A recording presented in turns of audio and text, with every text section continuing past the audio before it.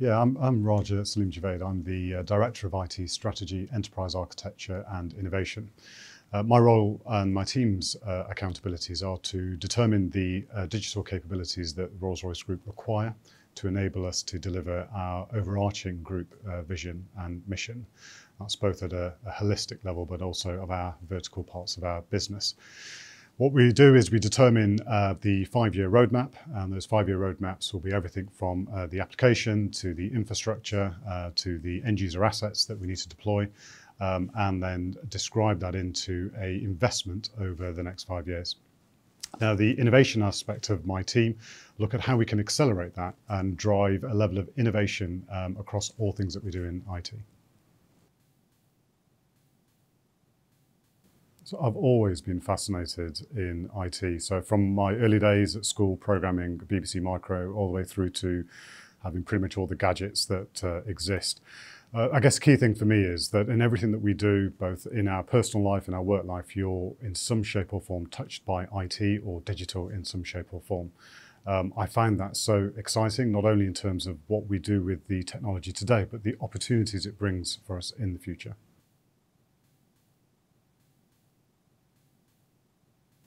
Reinventing the digital is one of our core group priorities. And within that, there are 3 pillars to our digital strategy. The first one is perfecting the digital twin. The second is amplifying, accelerating and monetizing data. And the third is how we create a digital first mindset across the organization. Now, specifically with perfecting the digital twin, that's around creating a digital variant of everything that we have.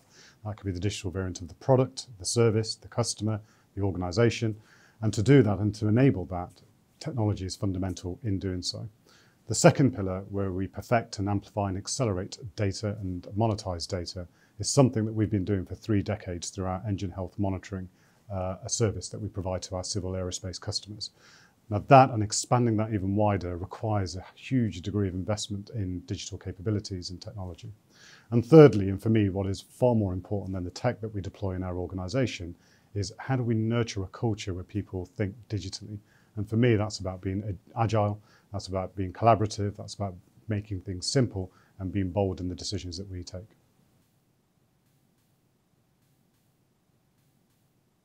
So I'll pick 2 key areas that I think are quite fundamental. The first one is we developed a 5-year capability roadmap, a digital strategy roadmap.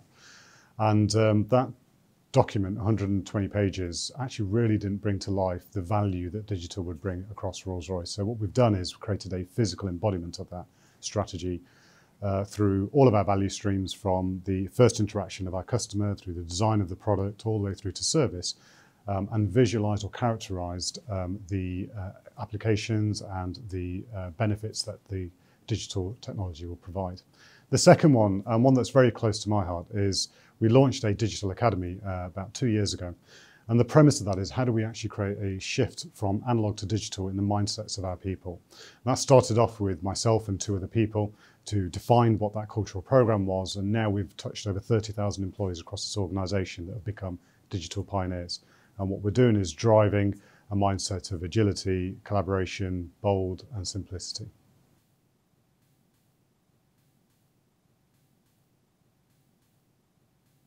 Rolls-Royce has been pushing the boundaries of technology for the last 100+ years, both in terms of the products that we create and the services that we deliver to our customer.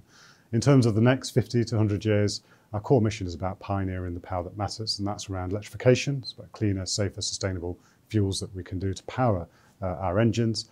It's around how we leverage artificial intelligence to increase the innovation pace of innovation that we do across Rolls-Royce, and how we drive machine learning to look at all the data that we hold to provide additional value-add services back to our customer.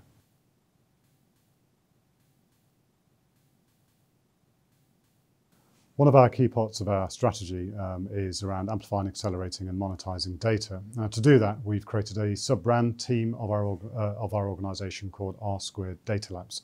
And its core purpose is looking at how we can take all the data that we've got across our organization, look at the data that we can capture from our customer and be able to provide key insights. So those insights are therefore then provided at a portal, at a front end, which then other customers can then leverage and access. So I think we're very much on that journey. There's a long way to go. I don't think there's ever going to be an end point. What we need to look at is continuing to reinvent in that space to ensure that we remain market leading. I think it's, for me, quite simple. You need to start from the top and drive the burning platform at a C-suite level.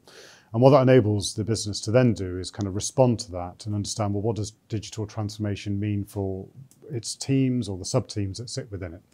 It can't just start as a series of small pockets of programs. It needs to link, in my view, back into the core business deliverables.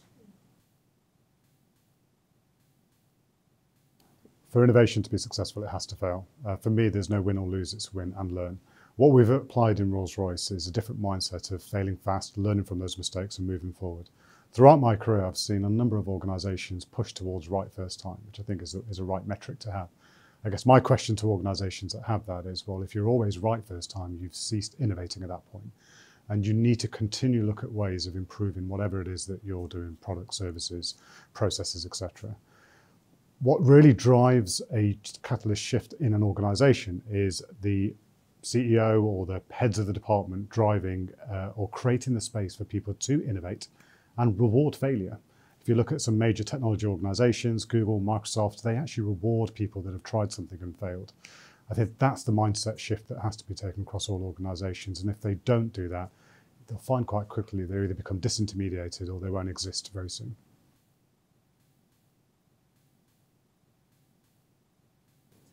The key thing is about having a close, intimate relationship with the customer. By that I mean understanding what the needs are of the customer. And not only understanding it, but anticipating it. So understanding their markets, understanding the pressures they're under, and making sure that we provide the right level of services, product that enable them to do that. Specifically, key focus areas for our civil aerospace customers will be around fuel efficiency as an example, and therefore we leverage our engine health monitoring service and other services to provide them with insights on how they can be more effective and efficient in what they do. If I part the fact that I'm a geek and I enjoy technology, I think my number one favourite thing is meeting people. I'm absolutely fascinated at the way people operate, the way they think, the way they approach day-to-day tasks that they do. Digital aside, it doesn't matter what technology and what data you throw into things, it's humans that make things work. And I absolutely love the fact that everyone is unique and has unique skills and talents.